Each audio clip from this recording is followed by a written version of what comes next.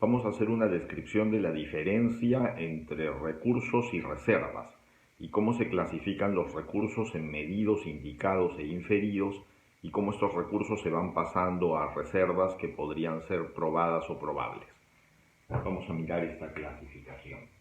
Para entender esto de una manera sencilla vamos a imaginar un activo mineralizado. Lamentablemente no hay manera de saber, en este caso tomando una fotografía o obteniendo una radiografía de cómo es la mineralización dentro de este cerro. Entonces es como muy complicado. La única manera que tiene de saber el geólogo cómo es que funciona esta mineralización es haciendo investigación geológica.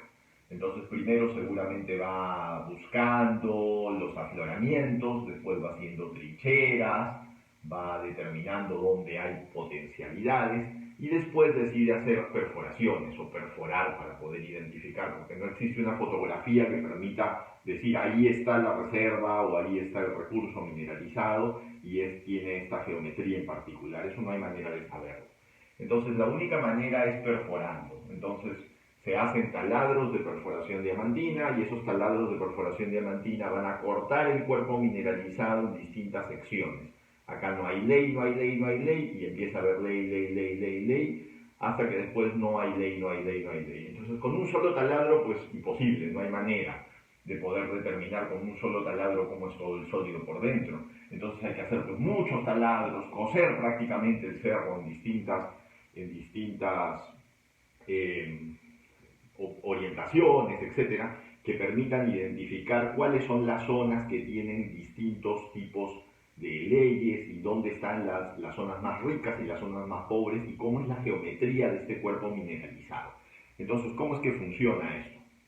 Básicamente se establece un modelo de bloques y se establecen unos pequeños bloquecitos y estos pequeños bloquecitos pueden o no ser cortados por el taladro.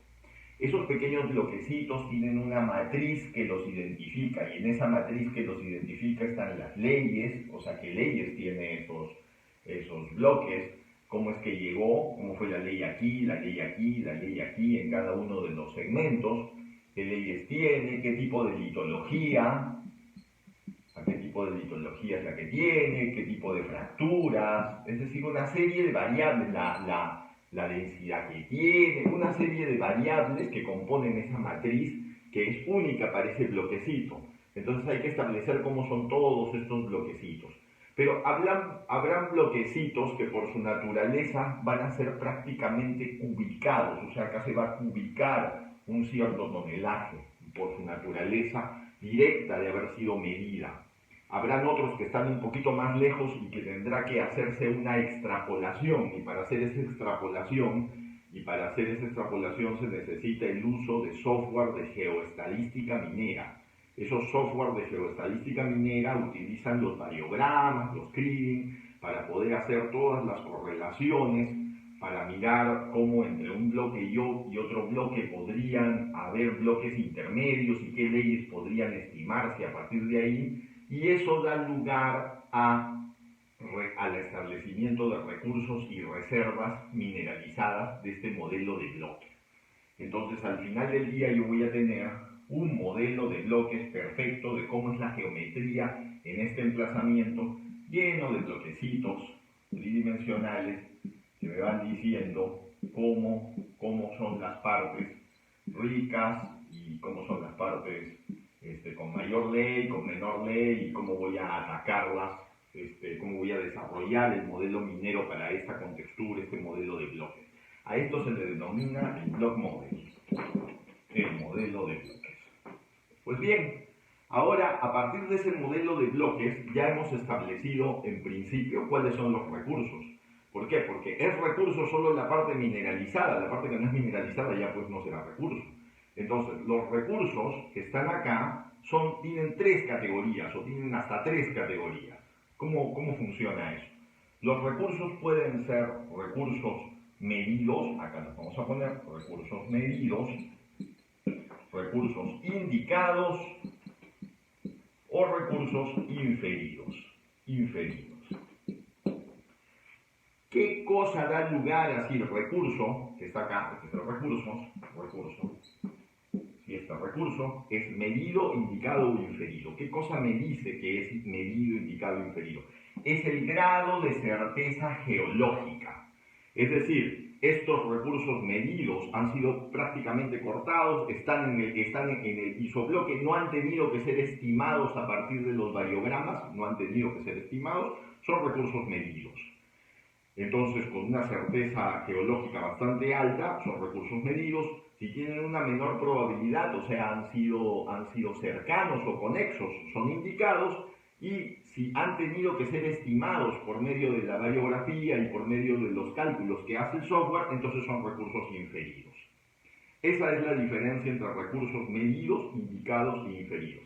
Eso significa que en el block model habrá un subconjunto que serán recursos medidos, que están ahí, habrá otro conjunto que serán recursos indicados y habrán otros que serán recursos inferidos en la masa de recursos.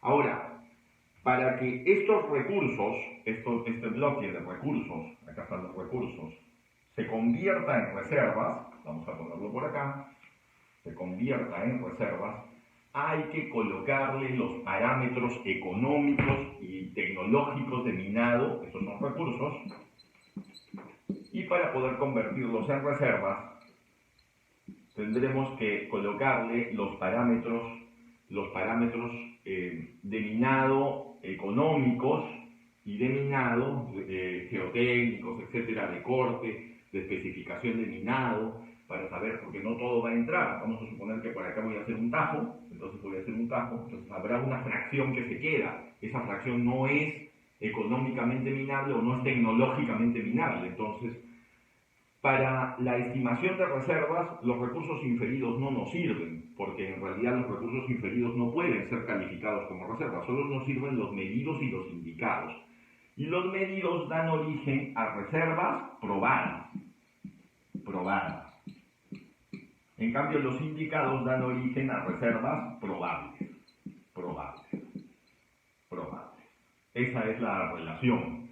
Entonces, claro, habrá que ir pasando poco a poco reservas probables a probadas, poco a poco. Esas reservas van pasando a medida que se aumenta la certeza geológica, con más perforaciones, o avanzando más con los túneles o las galerías. Entonces se van incorporando poco a poco recursos a reservas.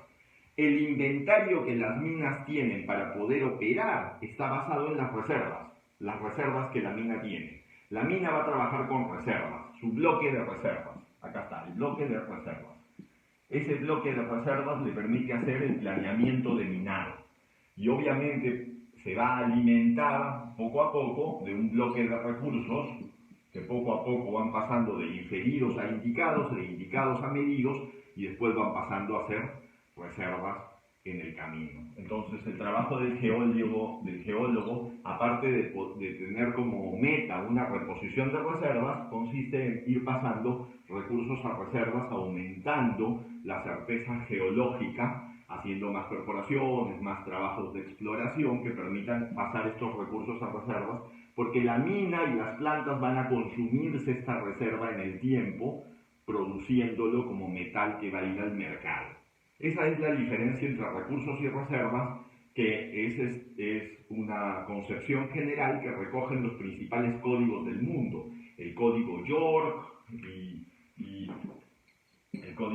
y por lo tanto el estándar mundial NI 43101 están basados en este criterio de calificación de recursos y reservas, y quien debe auditar y firmar la consistencia de esta elaboración es un geólogo calificado, un geólogo QP que esté calificado para poder firmar efectivamente cuántas toneladas hay y de qué ley en cada una de las categorías, tanto en recursos como en reservas, cuántas reservas probadas hay, reservas probables hay, cuántos recursos medidos, indicados e inferidos tiene este yacimiento minero. Así es como funciona.